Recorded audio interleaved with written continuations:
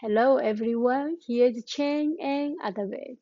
So today we're gonna ask a question about so many of us live with this fear that there won't be enough money.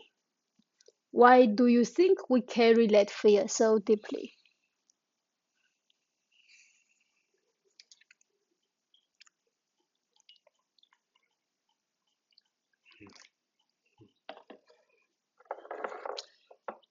One time there was this blind beggar who lived in the city, and every morning he would get up and go to the corner with his bowl that he'd covered in a cloth because the sound of the coins clinking against the metal were too harsh for him.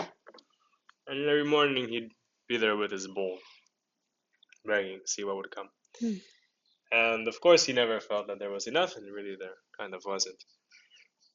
Until one day, this young boy comes by and he drops some coins into the man's bowl, and he looks at the old man and he says, "Old man, you want to sell me this? You want to sell me the cloth on your bowl? It's very beautiful." And the old man, he says, "I've never thought about selling this cloth, but if you give me enough so that I can buy another cloth, then sure." And the boy just, just grabs the cloth, and he very immediately he says, "Old man, did you know that your bowl is made of gold?" you know, I think so many of us maybe live like this. Hmm. We have we're looking for something, and we're kind of searching for something. We're feeling like there's not enough of something, but in reality, we're sitting on it. Hmm. So we're looking over there for what's over here, and it's like this with money many times because because we fixate on money. Money is something that is easy to fixate on.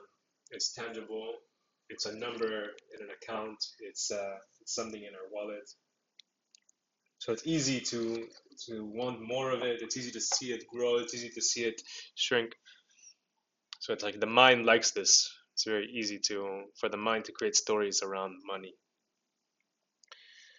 But the reality is that money is this energy that has emerged over to be in the current form that it's at over thousands of years to get to this form, and it's a fantastic tool of exchange.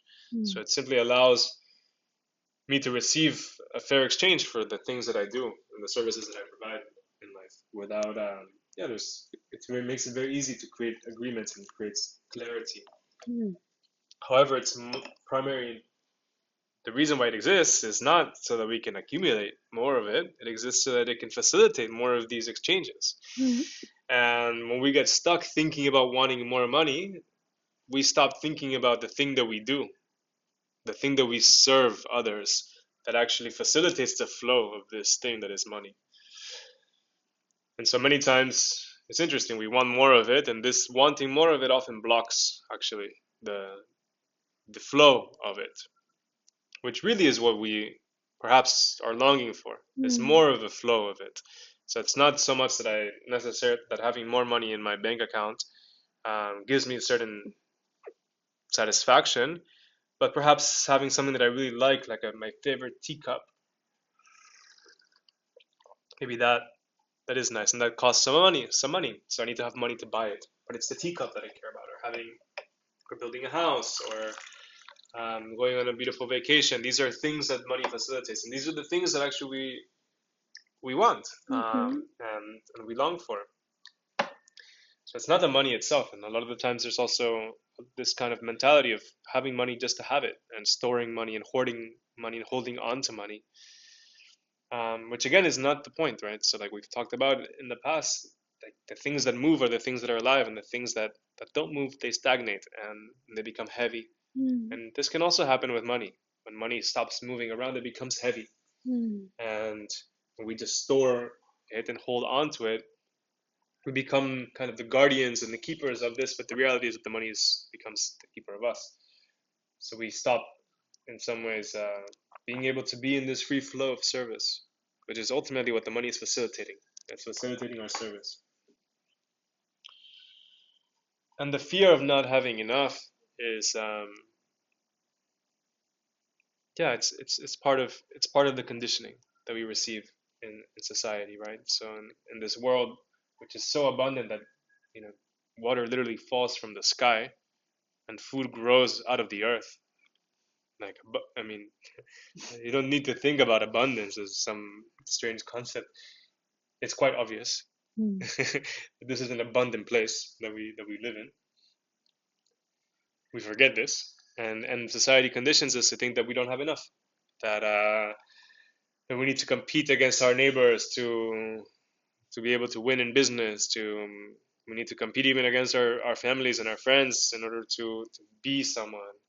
So all of this creates this narrative and this story of not enough. Mm. And of course, it translates as well to money. But it's important to recognize that these are just stories, and and to remember that the food that I'm eating literally grew out of the earth, right? Mm. And the passion fruit has enough seeds to give hundreds of passion fruit vines that each produce hundreds of passion fruits. So it's like this, right? Abundance begets more abundance. Mhm. So the more that we remember this, the more that we can be of service from this place of abundance, and actually the more money that tends to flow into us.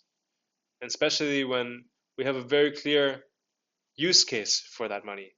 If what we want to do with the money is just have it stored in our bank account, probably not going to come so easily. But if we're interested in having that money to grow our business, if we're interested in having that money to buy something incredible, which grows somebody else's business, to support an artisan, to support a friend, then this money has a lot more ways to arrive to us. Mm. And so, of course, it's not about not doing anything. I'm definitely not saying just sit around and wait for money to come and don't worry about it. Do things. Do the things that make you alive. That's the best way. If it makes you feel alive to be on to create content for digital media like TikTok or YouTube, then great, do that. If what makes you feel really alive is to go plant seeds in the field, then go do that. If you like to write books, do that. Whatever it is that you like to do that really truly makes you alive, do that. Mm. Because this aliveness is what signals to the rest. This is the aliveness that is there in the mango. Mm. So this is what signals to life. Ah, yes, this life begets more life. So do this, eh? And I can think about this other story. There was once these two brothers. They were both farmers, and there had been a long drought, right?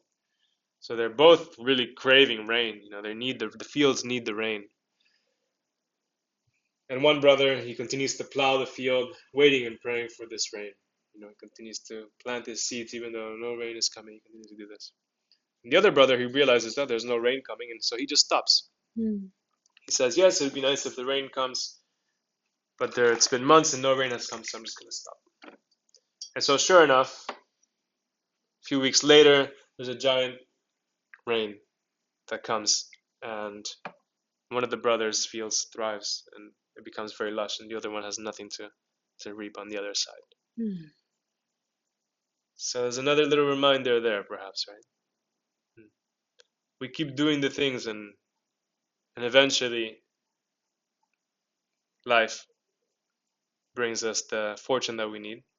And Mm. also remembering this old man in the beginning, right? A lot of the times that which we're seeking is something that we're holding on to without recognizing that it's even in our hands. Mm. Mm.